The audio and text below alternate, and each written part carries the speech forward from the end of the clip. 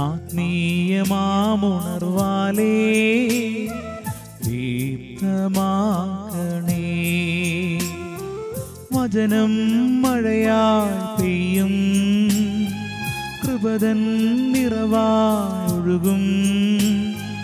വിടുതൽ നൽകുന്ന വചനം, അറിവിൻ്റെ പൊരുളാകും വചനം. സൗഖ്യമാ ജീവന. ആത്മീയ ഉണർവ്. യേശുവേ നന്ദി, യേശുവേ സ്തുതി, പരിശുദ്ധാത്മാവേ മഹത്വം, പിതാവേ ആരാധന. മിശിഹായിൽ സ്നേഹം നിറഞ്ഞ സഹോദരി സഹോദരന്മാരെ, കർത്താവായ ഈശോ നിങ്ങളെ ഓരോരുത്തരെയും സമൃദ്ധമായി അനുഗ്രഹിക്കട്ടെ, സ്നേഹവും സന്തോഷവും കൂടെ നിറയ്ക്കട്ടെ എന്ന് മുംബൈ താബോർ ധ്യാന കേന്ദ്രത്തിൽ നിന്ന് ഞങ്ങൾ പ്രാർത്ഥിക്കുന്നു, ആശംസിക്കുന്നു. കർത്താവിൻ്റെ തിരുവചനം നമ്മെ ഓർമ്മപ്പെടുത്തുന്നു. സങ്കീർത്തനം 91 അതിൻ്റെ 14 തിരുവചനം. അവൻ സ്നേഹത്തിൽ എന്നോട് ഒട്ടി നിൽക്കുന്നതിനാൽ ഞാൻ അവനെ രക്ഷിക്കും. അവൻ എൻ്റെ നാമം അറിയുന്നത് കൊണ്ട് ഞാൻ അവനെ സംരക്ഷിക്കും. കർത്താവിൻ്റെ തിരുവചനം ഒന്ന് ശ്രദ്ധിച്ച് കേൾക്കുക. അവൻ സ്നേഹത്തിൽ എന്നോട് ഒട്ടി നിൽക്കുന്നതിനാൽ ഞാൻ അവനെ രക്ഷിക്കും. അവൻ എൻ്റെ നാമം അറിയുന്നത് കൊണ്ട് ഞാൻ അവനെ സംരക്ഷിക്കും. മിശിഹായിൽ സ്നേഹം നിറഞ്ഞവരെ, കർത്താവിനോട് ഒട്ടി നിൽക്കുന്ന ഒരു വ്യക്തിക്ക് ദൈവം കൊടുക്കുന്ന ഏറ്റവും വലിയ വാഗ്ദാനം അതൊരു സംരക്ഷണമാണ്. വളരെ ഗൗരവത്തോടെ നമ്മൾ കാണണം. ഈ ഒരു കാലഘട്ടത്തിൽ നമ്മൾ മനസ്സിലാക്കേണ്ട ഒരു കാര്യം ഇതാണ്. ഏറ്റവും അധികം മനുഷ്യൻ ആഗ്രഹിക്കുന്നത് ഒരു ഉറപ്പ് വേണം ജീവിതത്തിന്. ഒരു താങ്ങിനൊരാൾ വേണം, ഒരു സഹായത്തിനൊരാൾ വേണം, ഒരു സംരക്ഷണം വേണം.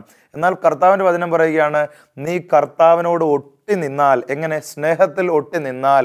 ഇത് നമ്മൾ മനസ്സിലാകണമെന്നുണ്ടെങ്കിൽ ഒരു കുഞ്ഞും, വളരെ ഒരു ചെറിയൊരു കുഞ്ഞ്, ഒരു കൈക്കുഞ്ഞ്, ആ കുഞ്ഞിന് അമ്മയോടുള്ളൊരു ബന്ധം നമ്മൾ മനസ്സിലാക്കുക. അമ്മയോട് ഒട്ടി നിൽക്കുമ്പോൾ ഈ കുഞ്ഞിന് അനുഭവിക്കുന്ന ഒരു സംരക്ഷണവും ഒരു സ്നേഹവും ഉണ്ട്. എന്നാൽ കുറേ കാലഘട്ടം കഴിയുമ്പോൾ ഈ ഒരു സ്നേഹവും, ഈ ഒട്ടി നിൽക്കുന്ന സ്നേഹവും, ആ ഒരു സന്തോഷമൊന്നും ഒരു സാധാരണ മനുഷ്യനെ സംബന്ധിച്ചിടത്തോളം ഒരു അനുഭവിക്കാൻ സാധ്യമായിട്ടുള്ളൊരു കാര്യമല്ല. ആ സമയത്ത് ഒരു അരക്ഷിതാവസ്ഥ, ചില വഴികൾ തടയപ്പെട്ട് കഴിഞ്ഞു, കുഴിയിൽ വീണു, എഴുന്നേൽക്കാൻ പറ്റുന്നില്ല, എന്തൊക്കെയോ നിരാശകൾ ഒന്നിനു പുറകെ ഒന്നായിട്ട് ഇങ്ങനെ വന്ന് അന്ധകാരം നിറഞ്ഞ അവസ്ഥ.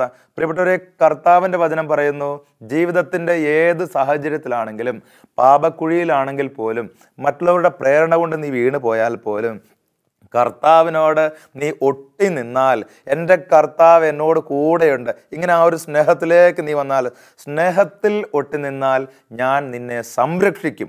ഏറ്റവും വലിയൊരു ഉറപ്പിലേക്ക് ഇപ്പോൾ വചനം കേട്ടുകൊണ്ടിരിക്കുന്ന സഹോദര സഹോദരി നീ കടന്നു വരിക. ഒരു ജോലി ചെയ്യുന്ന സ്ഥലത്ത് നീ ചിന്തിക്കേണ്ട കാര്യം എന്താണെന്നറിയോ? കുറച്ചു കാലം എൻ്റെ ജോലി നഷ്ടപ്പെടുന്നു. ഈ ഒരു കാലഘട്ടത്തിൽ ഒരുപാട് മക്കൾ പറയുന്ന ഒരു പരാതിയാണ്. ഒരുപാട് കമ്പനികൾ പൂട്ടിപ്പോകുന്നു, ഒരുപാട് തൊഴിലവസരങ്ങൾ നഷ്ടപ്പെട്ടു പോകുന്നു, വിദേശ രാജ്യങ്ങളിൽ നിന്ന് കൂട്ടത്തോടെ തിരിച്ചു വരുന്നു.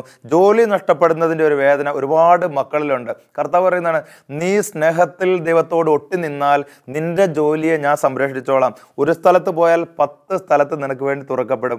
ചില കാര്യങ്ങളിൽ സംരക്ഷണം നഷ്ടപ്പെടുന്ന സാഹചര്യങ്ങൾ ഈ ലോകത്തിൽ ഒരുപാടുണ്ട്. പ്രിയപ്പെട്ടവരെ, സംരക്ഷണം നഷ്ടപ്പെട്ട അവസ്ഥയിൽ, ഉറപ്പ് തരാൻ ആരുമില്ലാത്ത അവസ്ഥയിൽ ഒരു കാര്യം ഓർത്തുകൊള്ളുക, നിനക്ക് ഉറപ്പ് തരാൻ ഇതാ കർത്താവായ യേശുവുണ്ട്.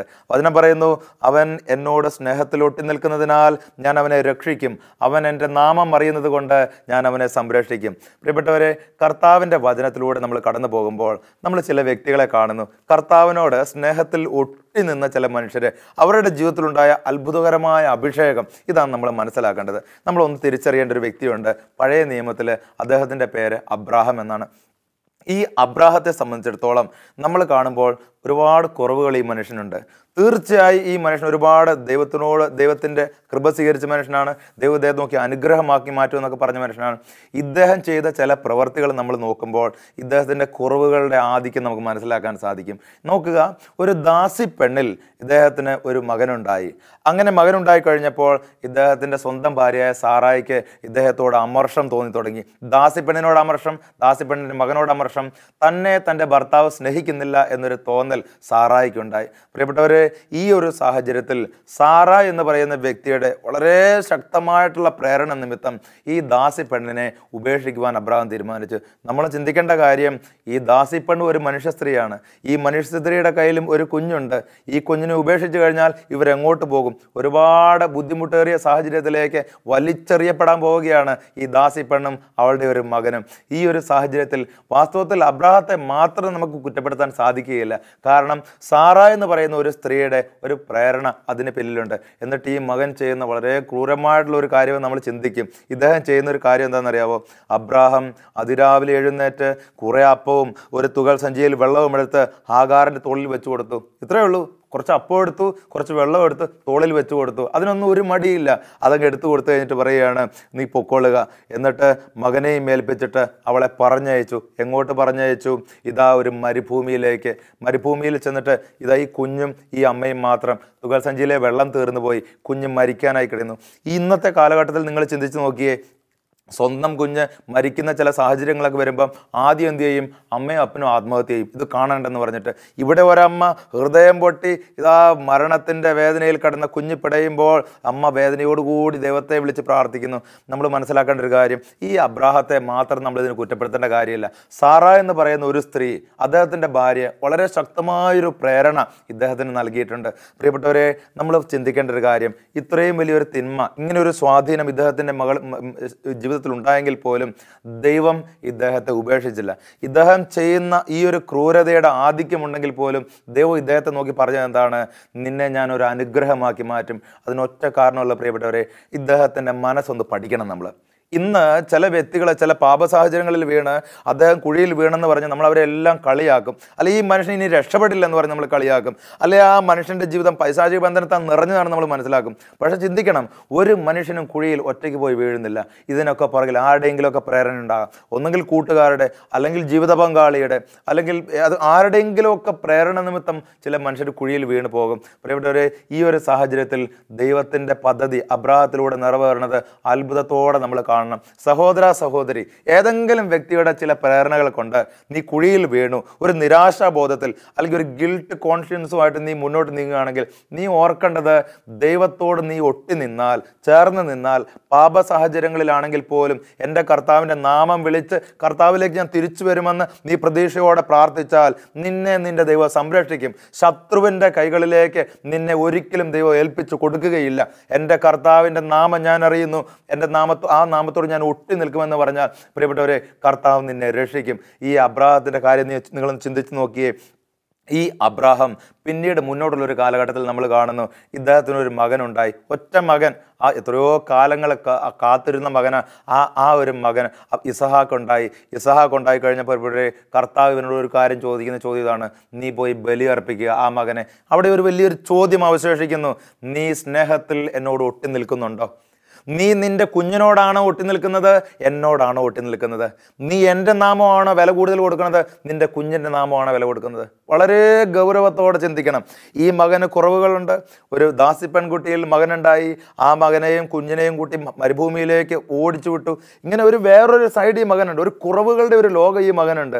എന്ന് പറഞ്ഞാൽ ഈ കുറവുകൾക്കപ്പുറത്ത് ദൈവകൃപ നിറയുന്ന ഒരു വലിയൊരു അനുഗ്രഹം ഈ മകനിൽ, ഒരു സ്വഭാവം ഈ മകനിലുണ്ട്. പ്രിയപ്പെട്ട സഹോദര സഹോദരി, നിന്റെ ജീവിത പങ്കാളിയിൽ ഒരു കുറവുണ്ടായിരിക്കാം, നിന്റെ മക്കളിൽ ഒരു കുറവുണ്ടായിരിക്കാം. പക്ഷെ തിരിച്ചറിയേണ്ടത് എന്താണെന്നറിയാവോ? ദൈവം കടന്നു വന്ന അത്ഭുതം പ്രവർത്തിക്കുന്ന ഏതൊക്കെയോ ചില ഗുണങ്ങൾ നിന്റെ ജീവിത പങ്കാളിയിലും മക്കളിലും ഉണ്ടായിരിക്കാം. ആ ഒരു ഗുണത്തെ നീ കണ്ടെത്തി നിന്റെ ദൈവത്തെ നീ ആരാധിക്കാൻ തുടങ്ങിയാൽ ദൈവം ആ കുറവിലേക്ക് അഭിഷേകമായി കടന്നു വന്നിട്ട് അബ്രാഹത്തെ അനുഗ്രഹമാക്കി മാറ്റിയതുപോലെ അനുഗ്രഹമാക്കി മാറ്റും. ഇദ്ദേഹം എന്ത് ചെയ്തെന്നറിയാവോ? എൻ്റെ ദൈവത്തിൻ്റെ നാമം എൻ്റെ മകൻ്റെ നാമത്തെക്കാൾ കൂടുതൽ ഞാൻ അറിയുന്നുവെന്ന് പ്രഖ്യാപിച്ചു. എൻ്റെ ദൈവത്തെ ഞാൻ എൻ്റെ മകനോട് ഒട്ടി നിൽക്കുന്നതിലധികമായിട്ട് എൻ്റെ ദൈവത്തോട് ഒട്ടി നിൽക്കുമെന്ന് അബ്രാഹാം പ്രഖ്യാപിച്ചു. കുറവുകളുള്ള അബ്രാഹാം ഇസഹാക്കിനേക്കാൾ ഉപരി ദൈവത്തിൻ്റെ നാമം പറഞ്ഞു. കുറവുകളുള്ള അബ്രാഹാം ഇസഹാക്ക് എത്രയോ വർഷം കൂടി കിട്ടിയ ഒരു കുഞ്ഞ് അവിടോട്ട് ഒട്ടി നിൽക്കേണ്ടതിന് പകരം ദൈവത്തോട് ഒട്ടി നിന്നപ്പോൾ പ്രിയപ്പെട്ടവരെ, കർത്താവിൻ്റെ വചനം പറയുന്നു, അബ്രാഹാം നിന്നെ ഞാൻ തലമുറകളായിട്ട് അനുഗ്രഹിക്കും. മരുഭൂമിയിലേക്ക് നീ ഒന്ന് നോക്കിക്കേ, എത്രത്തോളം മണൽത്തരികളുണ്ട്. എണ്ണാൻ പോലും പറ്റുന്ന പറ്റുന്നില്ല. എന്ന് പറഞ്ഞാൽ ദൈവത്തോട് നീ ഒട്ടി നിന്നാൽ, കുറവുകളുടെ മധ്യേ പോലും നിന്റെ ദൈവത്തിൻ്റെ നാമത്തെ നീ തിരിച്ചറിഞ്ഞാൽ, എന്ത് തകർച്ചയുള്ള വ്യക്തി ആയിക്കൊള്ളട്ടെ, എന്ത് കുറവുകളുള്ള വ്യക്തി ആയിക്കൊള്ളട്ടെ, നിന്റെ ദൈവത്തിൻ്റെ നാമം വിളിച്ചപേക്ഷിച്ച് സ്നേഹത്തോടെ നീ വിളിച്ച് പ്രാർത്ഥിച്ചാൽ, അബ്രാഹത്തെ മണൽത്തരികളെ നോക്കി അനുഗ്രഹിച്ചതുപോലെ എണ്ണാൻ പറ്റാത്തത്ര അനുഗ്രഹങ്ങൾ കൊണ്ട് നീ നിറയും. പ്രിയപ്പെട്ട സഹോദര സഹോദരി, ദൈവം ആഗ്രഹിക്കുന്ന ഒരു കാര്യം, നിന്റെ ജീവിതത്തിൽ എവിടെയാണോ നീ പാളിപ്പോയത് തിരിച്ചു വരിക. അബ്രാഹാം ചെയ്തത് എന്താണ്? ദൈവത്തിൻ്റെ നാമം അറിഞ്ഞ് ദൈവത്തോട് ഒട്ടി നിന്നു. കർത്താവിനോട് ഒട്ടി നിൽക്കാൻ നിനക്ക് സാധിക്കട്ടെ. അപ്പോൾ നിന്നെ ഒട്ടി നിൽക്കുന്ന പല ബന്ധങ്ങളും പല മോശം കാര്യങ്ങളും പറഞ്ഞു പോകും, തകർന്നു പോകും. ദൈവത്തിൻ്റെ സ്നേഹവും കൃപയും നിന്റെ ജീവിതത്തിൽ അഭിഷേകമായിട്ട് നിറയും. അതുകൊണ്ട് സങ്കീർത്തകൻ പറയുന്നത്, അവൻ എൻ്റെ നാമം അറിയുന്നത് കൊണ്ട് ഞാൻ അവനെ രക്ഷിക്കും, അവൻ സ്നേഹത്തിൽ എന്നോട് ഒട്ടി നിൽക്കുന്നതിനാൽ ഞാൻ അവനെ സംരക്ഷിക്കും. പ്രിയപ്പെട്ടവരെ, ഒരു വ്യക്തിയെ കൂടി നമ്മൾ പഴയ നിയമത്തിൽ കാണുന്നുണ്ടല്ലോ. ഈ വ്യക്തിയുടെ പേരാണ് യാക്കോബ് എന്ന് പറയുന്നത്. ഈ യാക്കോബിനെ കുറിച്ച് നമ്മൾ കാണുമ്പോൾ ആദ്യമേ നമ്മൾ കാണുന്നത് ഇദ്ദേഹത്തിന് ഒരു തിന്മയുടെ ഒരു ചായ്വ് ഇദ്ദേഹത്തിലുണ്ട്. നോക്കിയേ, ആ തിന്മ ഇദ്ദേഹം പ്രവർത്തിച്ചത് വാസ്തവത്തിൽ ഇദ്ദേഹത്തിൻ്റെ അമ്മയുടെ ഒരു പ്രേരണ കൊണ്ടാണ്. ഇദ്ദേഹത്തിൻ്റെ അമ്മ റബേക്ക എന്ത് ചെയ്തു? പോയി പറഞ്ഞു, മകനെ, ഇതാ നിന്റെ ചേട്ടൻ ഏസാവ്, ഇവനിതാ അനുഗ്രഹം പ്രാപിക്കാൻ പോകുന്നു, അനുഗ്രഹം അപ്പൻ്റെ അടുത്തുനിന്ന് കിട്ടാൻ പോകുന്നു, അപ്പം നീ ചതി ചെയ്യണം. ചതി ചെയ്യാൻ അവിടെ ഒരു പ്രേരണ. പ്രിയപ്പെട്ടവരെ, മനസ്സിലാക്കണം, ഒരു വ്യക്തിയും ഒറ്റയ്ക്ക് പോയി ഒരു കുഴി ചാടില്ല. പ്രിയപ്പെട്ടവരെ, ഏതൊക്കെയോ സാഹചര്യങ്ങൾ കൊണ്ട്, ഏതൊക്കെയോ വ്യക്തികളുടെ ദുഷ്ടപ്രേരണകൾ കൊണ്ട്, ഏതൊക്കെയോ മോശമായിട്ടുള്ള ചില ആശയങ്ങൾ ആരൊക്കെയോ ഇവരുടെ തലയിൽ കുത്തി നിറച്ചത് കൊണ്ട് അങ്ങനെയാണ് ഈ മനുഷ്യരെല്ലാവരും പോയി കുഴി ചാടുന്നത്. നേരിട്ട് പോയി കുഴി ചാടുന്ന അങ്ങനെ ഒരു സംവിധാനം ഈ ഭൂമിയിലില്ല. അതുകൊണ്ട് പ്രിയപ്പെട്ടവരെ, മനസ്സിലാക്കേണ്ട കാര്യം, കുഴിയിൽ ചാടിയ വ്യക്തികളെ നോക്കി ദൈവകരങ്ങളിലേക്ക് നമ്മൾ സമർപ്പിച്ച് പ്രാർത്ഥിക്കണം. ഒരു മനുഷ്യനെ നമ്മൾ കുറ്റപ്പെടുത്തേണ്ട കാര്യമില്ല. നോക്കുക, ഈ യാക്കോബ് എന്ന് പറയുന്ന മനുഷ്യൻ സ്വന്തം അമ്മ പോലും ഒരു പാപപ്രേരണയ്ക്ക് കാരണമായി. എന്നിട്ട് സ്വന്തം സഹോദരനെ ചതിച്ചു. ആര്? ഈ യാക്കോബ് എന്ന് പറയുന്ന മകൻ. അങ്ങനെ സ്വന്തം സഹോദരനെ ചതിച്ച് അപ്പൻ്റെ അനുഗ്രഹം മേടിച്ചിട്ട് വലിയൊരു ദൂരദേശത്തേക്ക് പോകാനുള്ളൊരു തയ്യാറെടുപ്പിലാണ്. പ്രിയപ്പെട്ടവരെ, ഓടുകയാണ് ഇവൻ ജീവനം കൊണ്ട്. ഈ യാക്കോബ് ഓടുകയാണ് ജീവനം കൊണ്ട്. സ്വന്തം തിന്മ ചെയ്തു, അമ്മയുടെ പ്രേരണ, ആ ഒരു ഭാഗം എല്ലാം കൂടി തിന്മ ചെയ്തിട്ട് ഈ മകൻ ഓടുകയാണ്. പ്രിയപ്പെട്ടവരെ, ഈ മകൻ ഓടിക്കൊണ്ടിരിക്കുമ്പോൾ ഓടി ഒരു സ്ഥലത്തെത്തി ചെന്നു. അവിടെ ആ കല്ലെടുത്ത് വെച്ചിട്ട് ഈ മകൻ ഉറങ്ങണ സമയത്ത് നമ്മൾ മനസ്സിലാക്കേണ്ട കാര്യം, ദൈവമായ കർത്താവ് വന്നിട്ട് ഈ മകനെ അനുഗ്രഹിക്കുകയാണ്. ബഥേൽ എന്നാണ് സ്ഥലത്തിൻ്റെ പേര്. ദൈവത്തിൻ്റെ ഭവനം എന്നൊക്കെയാണ് പിന്നീട് അതിന് പേര്, അതിൻ്റെ വ്യാഖ്യാനം വരുന്നത്. എന്താണ്? ദൈവത്തെ, അതായത് ദൈവം ആഗ്രഹിക്കാത്ത രീതിയിലുള്ളൊരു തിന്മ പ്രവർത്തിച്ചിട്ടും അമ്മയുടെ പ്രേരണ കൊണ്ട് ഒരു കുഴിയിൽ പോയി ചാടിയിട്ടും ഈ മകൻ ഓടി രക്ഷപ്പെടുമ്പോഴും ദൈവം ഇവൻ്റെ പുറകെ ഓടി, ദൈവം ഇവനെ അനുഗ്രഹിക്കും. എന്താണ് ഇതിന് മുന്നോട്ട് പോകുമ്പോൾ നമ്മൾ അതിൻ്റെ ഗൗരവം മനസ്സിലാക്കുന്നത്, 7 അനുഗ്രഹങ്ങൾ ചതിച്ച വ്യക്തിയെ ദൈവം നിറച്ചു വെച്ചു. ചതിച്ച വ്യക്തിയുടെ ഹൃദയത്തിൽ 7 അനുഗ്രഹങ്ങൾ ദൈവം നിറച്ചു വെച്ചു. നമ്മൾ മനസ്സിലാക്കേണ്ടത്, കർത്താവിൻ്റെ വചനം പറയുന്നു, ഏസാവിൽ നിന്നും ഓടി രക്ഷപ്പെട്ട മകൻ സംരക്ഷണത്തിന് വേണ്ടി ഓടിയപ്പോൾ അനുഗ്രഹങ്ങൾ കൊണ്ട് ദൈവം സംരക്ഷിച്ചു. അവൻ എന്നെ അറിയുന്നത് കൊണ്ട് ഞാൻ അവനെ രക്ഷിക്കും, എൻ്റെ നാമം അറിയുന്നത് കൊണ്ട്, എന്നോട് ഒട്ടിച്ചേർന്ന് നിൽക്കുന്നത് കൊണ്ട് ഞാൻ അവനെ രക്ഷിക്കും. പ്രിയപ്പെട്ടവരെ, യാക്കോബിൻ്റെ വലിയൊരു പ്രത്യേകത ദൈവത്തോട് ഒട്ടിച്ചേർന്ന് നിന്ന മനുഷ്യനായിരുന്നു. തിന്മയുടെ സ്വാധീനം ഒരു വശത്ത്, മറ്റുള്ളവരുടെ പ്രേരണ ഒരു വശത്ത്, കുഴിയിൽ വീണു ഒരു വശത്ത്. എന്നാൽ ഈ മകനും ദൈവത്തോട് ഒട്ടിച്ചേർന്ന് നിന്നു, ദൈവത്തിലേക്ക് ഓടി വന്നു, ദൈവത്തിൻ്റെ നാമം അറിഞ്ഞു. ആ ബഥേൽ എന്ന സ്ഥലത്ത് ഇദ്ദേഹം പേര് മാറ്റിയിട്ടത്, ആ ബഥേൽ എന്നുള്ള സ്ഥലം, അതിൻ്റെ പഴയ പേര് അങ്ങനല്ല, ദൈവത്തിൻ്റെ ഭവനം എന്ന് പറഞ്ഞ് ഈ മനുഷ്യൻ അതിന് പേരിട്ടു. നമ്മൾ പിന്നീട് കാണുന്ന ഒരു കാഴ്ചയുണ്ട്. ഈ മനുഷ്യൻ തിരിച്ചു വന്ന് ദൈവത്തോട് മൽപ്പിടുത്തം നടത്തിയിട്ട് പറയുന്നത്, എന്നെ അനുഗ്രഹിക്കാതെ ഞാൻ വിടില്ല. ദൈവത്തോട് പറയുക, എന്നെ അനുഗ്രഹിക്കാതെ ഞാൻ വിടില്ല. എന്താ അതിനർത്ഥം? ഞാൻ നിന്നെ ഒട്ടിച്ചേർന്ന് നിൽക്കുന്നു, ഞാൻ നിന്നെ പിടിച്ചു, ഞാൻ ഇനി വിടില്ല. എൻ്റെ ദൈവമേ, നിന്റെ നാമം എനിക്കറിയാം, നിന്നെ വിട്ടിട്ട് എനിക്ക് പോകാൻ പറ്റില്ല, നീ എന്നെ അനുഗ്രഹിച്ചേ മതിയാകൂ. ഇതൊരു ബേസിക് ക്വാളിറ്റിയാണ് ഈ മനുഷ്യൻ്റെ. ഈ മനുഷ്യൻ തിരിച്ചു വന്നിട്ട് കർത്താവിനെ വിടുന്നില്ല. എന്താണ് വചനം പറയുന്നത്? 91:14, അവൻ എന്നോട് സ്നേഹത്തിൽ ഒട്ടി നിൽക്കുന്നതിനാൽ ഞാൻ അവരെ രക്ഷിക്കും, അവൻ എൻ്റെ നാമം അറിയുന്നത് കൊണ്ട് ഞാൻ അവനെ സംരക്ഷിക്കും. കർത്താവ് യാക്കോബിനെ ഏസാവിൽ നിന്നും മറ്റെല്ലാ ശക്തികളിൽ നിന്നും സംരക്ഷിക്കാൻ ഒറ്റ കാരണമുള്ള, പ്രിയപ്പെട്ടവരെ, ദൈവത്തോട് ഒട്ടി നിന്നു. അന്ന് മൽപ്പിടുത്തത്തിൻ്റെ ഇടയ്ക്കിൽ അവൻ പറഞ്ഞൊരു കാര്യം, നീ അനുഗ്രഹിക്കാതെ ഞാൻ നിന്നെ വിടില്ല, ഒട്ടി നിൽക്കണം. പ്രിയപ്പെട്ട സഹോദര സഹോദരി, ഒരുപക്ഷെ നിനക്കൊരു ദുശീലം ഉണ്ടായിരിക്കാം, ഒരുപക്ഷെ നിന്നിൽ ചില സ്വഭാവ പ്രത്യേകതകൾ, മോശമായിട്ടുള്ള പ്രത്യേകതകൾ, ഒരുപക്ഷെ നീ എല്ലാവരുടെ മുമ്പിൽ കുറ്റക്കാരനായിരിക്കാം, ഒന്നിനും കൊള്ളാത്തവനായിരിക്കാം, കുടുംബം കലക്കുന്ന ആളായിരിക്കാം. എന്ത് ദുശീലങ്ങൾ, എന്ത് മോശ ചിന്തകളുണ്ടായിക്കോട്ടെ, മറ്റുള്ളവരുടെ പ്രേരണ നിമിത്തം നീ വലിയ തിന്മകൾക്ക് അടിമപ്പെട്ടോട്ടെ, നീ ചെയ്യേണ്ട കാര്യം, നിന്റെ കർത്താവിനെ നീ വിടരുത്. നീ കർത്താവിൻ്റെ അടുത്തേക്ക് വരണം, തീർച്ചയായിട്ടും വരണം, കർത്താവിൻ്റെ നാമം അറിയണം, എന്നിട്ട് കർത്താവിൻ്റെ വചനത്തിലെ ആ അഭിഷേകം സ്വീകരിക്കണം. ഒരു വ്യക്തിയെയും കർത്താവ് കർത്താവ് കൈവിടില്ല. എല്ലാ വ്യക്തികളെയും കർത്താവ് സ്വീകരിക്കുന്നു. ഈ യാക്കോബ് മുന്നോട്ട് പോകുമ്പോൾ ഈ മനുഷ്യൻ പെർഫെക്റ്റ് ആയിട്ടില്ല പ്രിയപ്പെട്ടവരെ. കുറവുകളുണ്ട്. ജീവിതത്തിലുടനീളം കുറവുകൾ ഉണ്ടാകും. നമുക്ക് ജീവിതത്തിലുടനീളം നിനക്ക് കുറവുണ്ടാകും. ജീവിതത്തിലുടനീളം നീ ചെയ്യുന്ന പ്രവർത്തികൾ പെർഫെക്റ്റ് ആവണമെന്ന് നിർബന്ധമില്ലല്ലോ. അതുകൊണ്ട് കുറവുകൾ ഈ യാക്കോബിനുണ്ട്. ഇദ്ദേഹത്തിൻ്റെ അമ്മാവൻ്റെ വീട്ടിലെത്തി. ലാബാൻ എന്നാണ് പേര്. അദ്ദേഹത്തിന് 2 മക്കളാണുള്ളത് ലാബാന്. ഒന്ന് രണ്ട് മക്കൾ. യാക്കോബിനെ കുറിച്ച് ലാബാൻ്റെ വീട്ടിൽ ചെന്നിട്ട് റാഹേൽ എന്ന് പറയുന്ന ഒരു മകള്, പിന്നെ ലയ എന്ന് പറയുന്ന മകള്. അപ്പം റാഹേൽ എന്ന് പറയുന്നത് ഇളയവളായിരുന്നു, ലയ മൂത്തവൾ. വചനം പറയുന്നത് എങ്ങനെയാണ്? ഉൽപ്പത്തി പുസ്തകം 29 അതിൻ്റെ 16 തിരുവചനം. ലാബാന് 2 പുത്രിമാരുണ്ടായിരുന്നു. മൂത്തവളുടെ പേർ ലയ എന്നും ഇളയവളുടെ പേർ റാഹേൽ എന്നും. ലയായുടെ കണ്ണുകൾ മങ്ങിയവയായിരുന്നു. റാഹേലാകട്ടെ സുന്ദരിയും വടിവൊത്തവളുമായിരുന്നു. യാക്കോബ് റാഹേലിൽ അനുരക്തനായി. എന്താ അതിനർത്ഥം എന്നറിയോ? ഈ മനുഷ്യൻ്റെ ഇത് ഒരു കാർണൽ മാൻ, ഒരു ശാരീരിക ഇച്ഛകൾക്കനുസരിച്ച് ജീവിക്കുന്ന ഒരു മനുഷ്യനാണ് ഈ യാക്കോബ്. കുറവുണ്ട്, അവിടെയും കുറവുണ്ട്. കുടുംബത്തിൽ ഇങ്ങനെ ചില വ്യക്തികളുണ്ടാവും, അല്ലെ നമ്മുടെ ജീവിതത്തിൽ ഇങ്ങനെ ചില പ്രേരണകൾ തരുന്ന ആളുകൾ ഉണ്ടാവും. എന്തു ആയിക്കൊള്ളട്ടെ, ഈ ശാരീരികമായ ഇച്ഛ ഇദ്ദേഹത്തെ വിടാതെ പിന്തുടരുകയാണ്. അപ്പോൾ സുന്ദരിയായ ഒരു യുവതിയെ കണ്ടപ്പോൾ ഇദ്ദേഹം തീരുമാനിച്ചതെന്നറിയാമോ? 7 വർഷം ഞാൻ അടിമയെപ്പോലെ ജോലി ചെയ്യും. എന്തിന്? ഈ പെൺകുട്ടിയെ കിട്ടാൻ വേണ്ടി. ഒരു പെൺകുട്ടിക്ക് വേണ്ടി 7 വർഷം അടിമ വേല ചെയ്ത മനുഷ്യൻ്റെ ചരിത്രം ബൈബിളിൽ പറഞ്ഞു തരികയാണ്. യാക്കോബ്, അദ്ദേഹത്തിന് കുറവ് നിങ്ങളൊന്ന് ചിന്തിച്ച് നോക്കി. 7 വർഷം കഴിഞ്ഞപ്പോൾ ലാബാൻ എന്ത് ചെയ്തെന്നറിയാമോ? ഈ മകളെ കല്യാണം കഴിച്ചു കൊടുത്തില്ല, മൂത്തവളെ കല്യാണം കഴിച്ചു കൊടുത്തു. മൂത്തവളെ കല്യാണം കഴിച്ചു കൊടുത്ത പ്രശ്നമായി. ഇദ്ദേഹം പറയുകയാണ്, യാക്കോബ് പറയാ, നീ എന്നെ പറ്റിച്ചു. അല്ല, നമ്മുടെ നാട്ടിലെ സമ്പ്രദായം അങ്ങനെയാണ്. അടുത്തൊരു 7 വർഷം കൂടി നീ അടിമവേല ചെയ്യുക. 14 വർഷം ഒരു പെൺകുട്ടിക്ക് വേണ്ടി അടിമവേല ചെയ്ത ഒരു കാർണൽ മാൻ. ശാരീരിക ഇച്ഛയ്ക്ക് വേണ്ടി, തൃപ്തിപ്പെടുത്താൻ വേണ്ടി 14 വർഷം, ജീവിതത്തിൻ്റെ യൗവനം 14 വർഷക്കാലം ഒരു പെൺകുട്ടിക്ക് വേണ്ടി അടിമവേല ചെയ്തൊരു മനുഷ്യൻ. ഈ മനുഷ്യന് കുറവില്ലെന്നാണ് നിങ്ങൾ വിചാരിക്കുന്നത്? ഇന്ന് ചെറിയ ചെറിയ കുറവുകൾ നിരത്തി വെച്ച് ജീവിത പങ്കാളിയെക്കുറിച്ചും മക്കളെക്കുറിച്ചും ഒക്കെ പരാതി പറയുന്ന സഹോദരി, നീ ഇന്ന് ചിന്തിക്കണം. കുറവുകളുള്ള വ്യക്തി ദൈവത്തെ അറിഞ്ഞാൽ, കുറവുകളുള്ള വ്യക്തി ദൈവത്തോട് ഒട്ടി നിന്നാൽ അവൻ്റെ ജീവിതം അഭിഷേകം കൊണ്ട് നിറയും. നമ്മൾ കർത്താവ് തരാൻ പോകുന്ന അഭിഷേകത്തെക്കുറിച്ചും സംരക്ഷണത്തെക്കുറിച്ചും നമ്മൾ മനസ്സിലാക്കണം. പ്രിയപ്പെട്ട സഹോദരി, ഈ യാക്കോബ് എന്ന് പറയുന്ന മനുഷ്യൻ ഇത്രയും കുറവുകളുണ്ട്. ശാരീരിക ഇച്ഛ നിറഞ്ഞു നിൽക്കുന്ന ഒരു മനുഷ്യൻ, ജഡികാസക്തി ഈ മനുഷ്യനിൽ ഒരുപക്ഷെ ഉണ്ടായിരിക്കാം. എന്തുമായിക്കൊള്ളട്ടെ, ഈ മകൻ എല്ലാം ഇങ്ങനെ നിറഞ്ഞു നിൽക്കുന്ന ഈ ഒരു മനുഷ്യൻ്റെ ജീവിതം മുന്നോട്ട് നീങ്ങുമ്പോൾ നമ്മൾ കാണുന്നു ഒരുപാട് സഹനങ്ങളിലൂടെ ദൈവം ഈ മകനെ വളർത്തുന്നു. സ്വന്തം മകൻ നഷ്ടപ്പെടുന്ന ഒരു സാഹചര്യം. വർഷങ്ങളായിട്ട് ഏറ്റവും ഇളയ മകനിൽ ഒരാളെ നഷ്ടപ്പെട്ടു, അവനെ കാണാൻ പറ്റുന്നില്ല. കുറേ കാലം കഴിഞ്ഞപ്പോൾ ഇദ്ദേഹത്തിൻ്റെ പ്രദേശത്തെല്ലാം ദാരിദ്ര്യവും പഞ്ചവും എല്ലാം വന്നുകൂടി. അങ്ങനെ ഒരുപാട് സഹനങ്ങളിലൂടെയും ബുദ്ധിമുട്ടുകളിലൂടെയും ഈ മകനെ ദൈവം വിശുദ്ധീകരിച്ചു. ചേർന്ന് പറയട്ടെ, ഹല്ലേലൂയ.